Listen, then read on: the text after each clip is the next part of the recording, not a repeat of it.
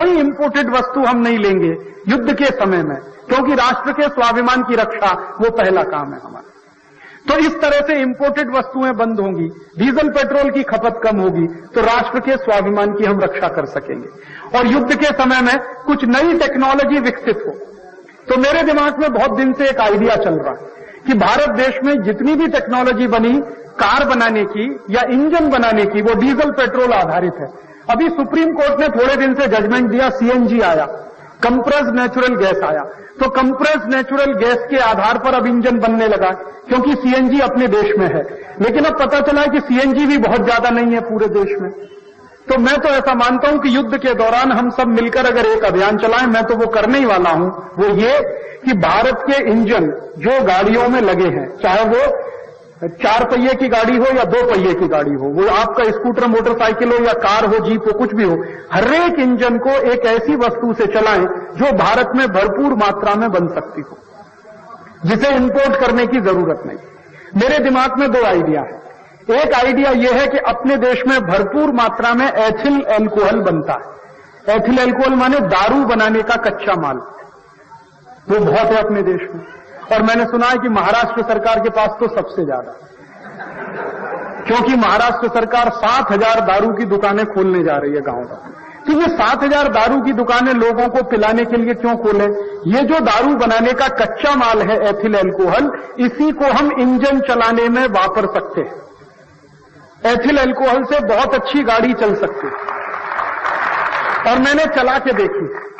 मेरे आईआईटी के कुछ मित्र जो रात दिन कुछ प्रोजेक्ट में काम करते रहते हैं ऑल्टरनेटिव टेक्नोलॉजी का, उन्होंने एक ऐसा इंजन डिजाइन किया है जो आपके एथिल एल्कोहल से बहुत अच्छे तरीके से चल सकता है। उसमें 60% एथिल एल्कोहल वापरते हैं, 40% पेट्रोल वापरते हैं। तो 40% पेट्रोल तो देश में पैदा ही होता है, तो वो अब ले लें और बाकी एथिल एल्कोहल ले लें। और एथिल एल्कोहल का कंजम्पशन डीजल पेट्रोल की जगह अगर होने लगे तो दारू पीने वालों की शामत आ जाए, माने मिले ही नहीं दारू कहीं, तो दारू पीने वाले भी कम हो जाए। और एक और रास्ता मेरे पास है। मैंने एक और थोड़े क्षेत्र में काम शुरू किया है। आप जानते हैं हर एक गांव में पशु हैं, गाय है, बैल है, भैंस है, घोड़े हैं, और उन पशुओं का गोबर भी है, उनका एक्सक्रीटा भी है, जिसको हम कुछ भी कहें, गोबर कहें, वेस्ट कहें, मल कहें, कुछ भी कहें। उस सभी मल में एक बहुत अच्छी गैस होती है, उसको मीथेन गैस कहते हैं। गाय का जो गोबर है ना, गोबर में मीथेन गैस है। बड़द का गोबर है, उसमें भी मीथेन है।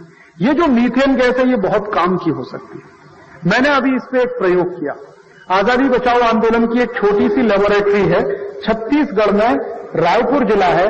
रायपुर जिले में एक अछोटी नाम का गांव है, वहां पर हमारा एक केंद्र चलता है, जहां पर हम कुछ साइंटिफिक एक्सपेरिमेंट करते रहते हैं। वहां मेरा एक मित्र है जो रात दिन कुछ एक्सपेरिमेंट में लगा रहता है, मैं भी जाता रहता हूं।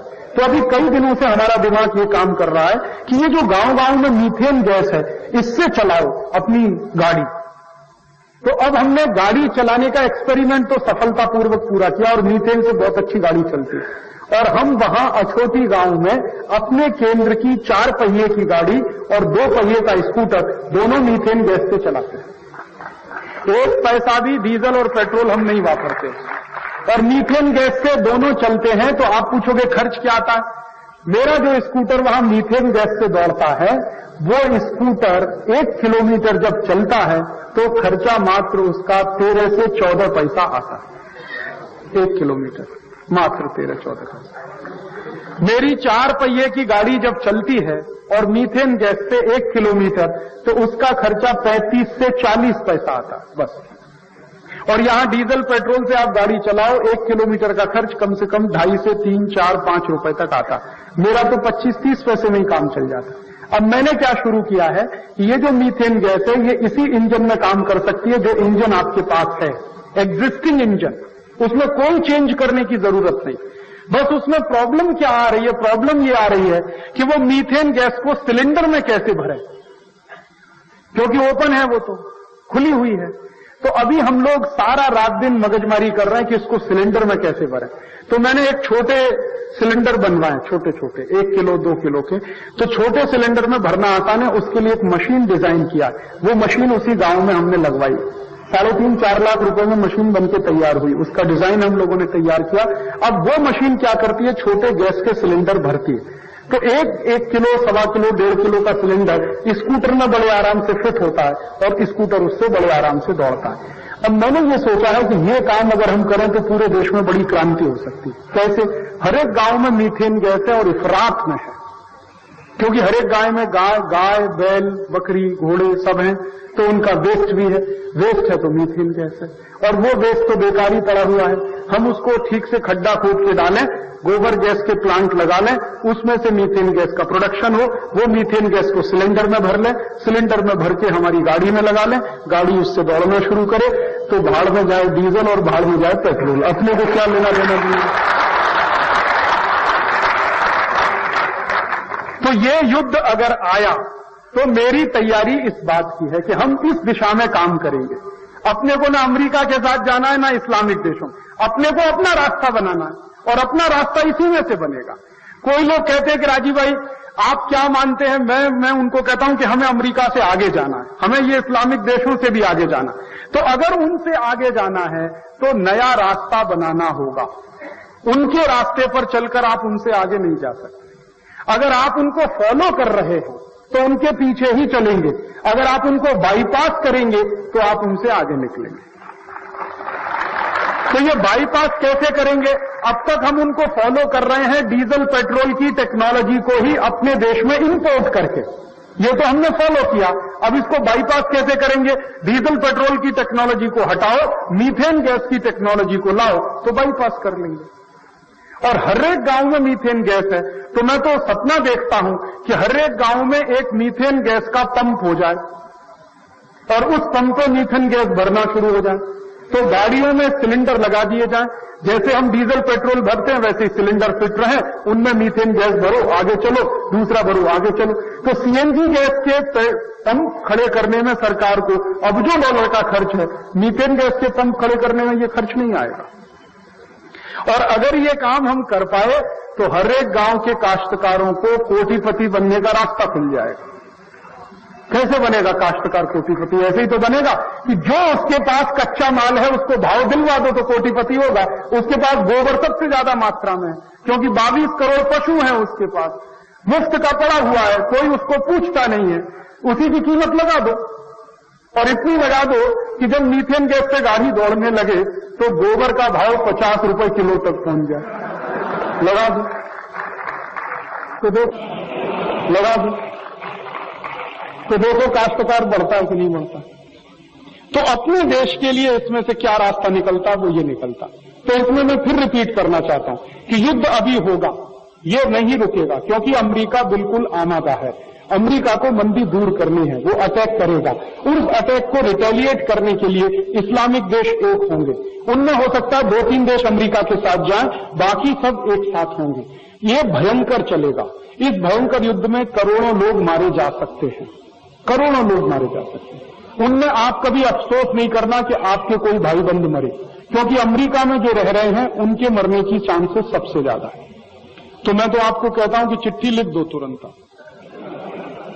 आपके जितने रिश्तेदार अमेरिका में कह रहे हैं कह दो कि तुरंत भागा होगा। वो कहेंगे भाई बैंक अकाउंट को तो छोड़ के आ जाओ, भाई जिंदगी प्यारी है अभी, ये बैंक अकाउंट के चक्कर में मत फंसो। क्यों?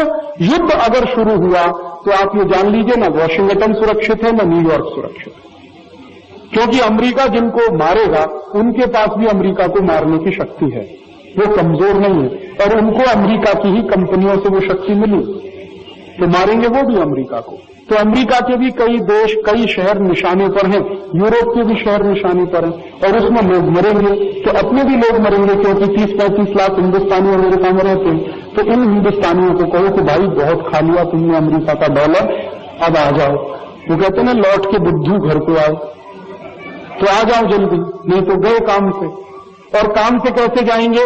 वैसे काफी काम से तो चले गए। अमेरिका में मंदी है, मंदी में 66,000 .com कंपनियां बंद हो गई, तो 1.25 लाख हिंदुस्तानियों को निकाल बाहर किया उन्होंने, और उनका वीजा रिन्यू नहीं हो रहा, और वो तो कह रहे हैं कि भाग जाओ आप जल्दी से हिंदुस्तान।